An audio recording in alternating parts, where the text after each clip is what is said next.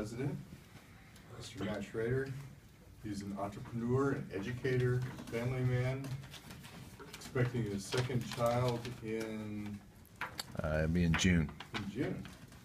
He's the winner of numerous speech contests, including the Table Topics Evaluation contest last fall for the state of Oklahoma. Please welcome our president, Mr. Matt Schrader.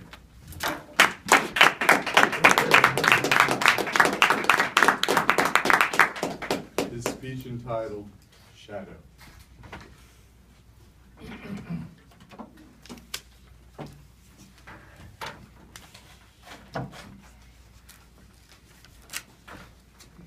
A few months ago, my wife and I had a child. I'll admit it, I'm nervous. I'm a new dad. I don't know that I'm going to be very good at it. But I was relieved. Turns out he's a new baby. He's not very good at it either. I'm going to teach him everything. He can't talk. He can't walk. He can't even hold his head still. Mr. Toastmaster, do you have a child? Better yet, are you at least somebody's child? Fellow Toastmasters, is there anybody out there who is not somebody's child? Okay. Good, you're all going to relate to this. Seriously, as a parent, I didn't understand. Whatever you do in the house, your child is going to mimic outside of the house. I learned this lesson the hard way. The other day, I took my son to the gym. And when I say the gym, I mean the living room. I bought one of those home gyms that you buy at 2 in the morning that you never use. Well, today I'm using it. I mean, my son's 4 months old. It's about time he learned to be a man. So I put him down and let him watch me do my thing. Hoo-ah! You watching? You got to get mad. Hoo-ah! Hold your head still, boy. I'm trying to teach you something. Hoo-ah! That's it. I can't teach him anything. I took him back to his mom. Here, he obviously takes after you. The next morning we woke him up. Now usually he's all smiles when he sees us, but this morning he's got a serious look on his face, like he's mad. All of a sudden, hoo-ah! Hoo-ah! My wife looks at me and says, "What have you been teaching him?"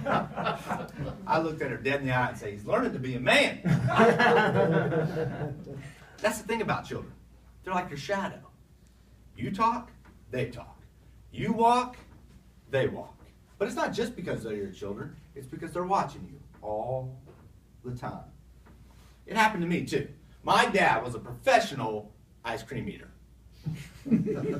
He could put away a whole carton. As a kid, that's what I wanted to be. Let me tell you how you know when you succeed at being a professional ice cream eater. You wake up at 2 in the morning with an empty carton of ice cream sitting on your stomach. And you ate it. And now you hate yourself. My dad was a good provider. He worked hard as a land surveyor all day long. And he'd always have a second job too. Carpenter, painter, part-time ice cream man.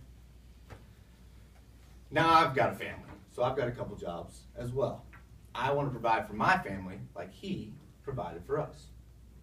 I've always been touched by somebody's shadow. How the people lived around me affected how I lived.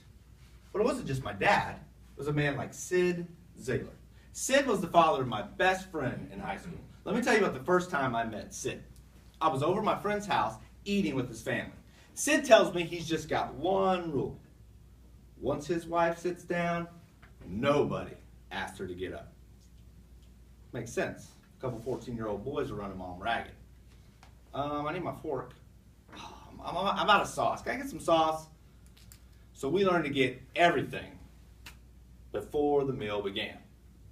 You should have seen this when my wife and I got married. I came into the living room with several bottles of sauce. Ketchup, ranch dressing, chocolate syrup. She looked at me like I was crazy. I said, "I might need something." She said, "I can get it for you." No, no, no, no, no. I could hear Sid's voice in the background. Once my wife sits down, nobody asks her to get up.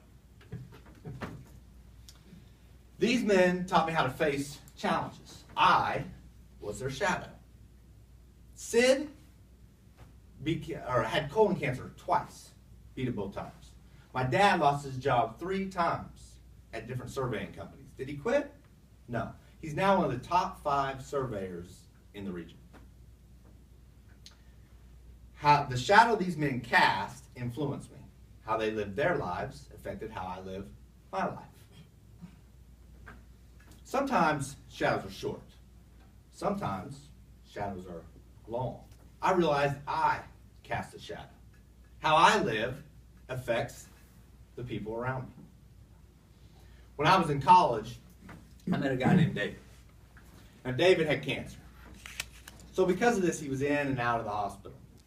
Now, even though David was thin and frail, he cast a shadow bigger than anyone I ever knew. The first time I met David, he said something I'll never forget. He said, "Matt, a lot of people live their life wondering what is the meaning of life." He said, "But me, I live my life wanting to make sure my life has meaning." He said, "Sometimes, Matt, wisdom is not always in the answer, but in the question." He said, "What question am I asking?" Unfortunately, the first time I met David was also the last time I met David.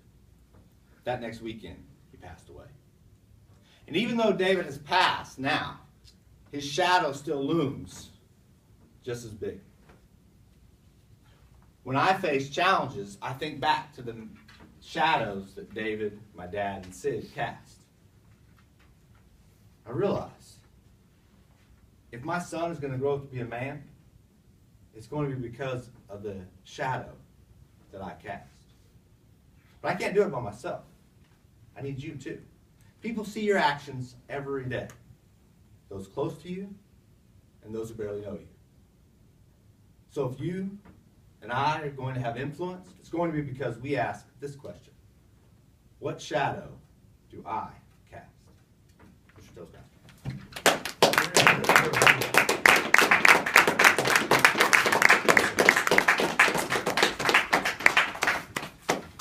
Please take a moment to write down your comments on Matt's speech. Mr. Timekeeper, will you give us a minute, please?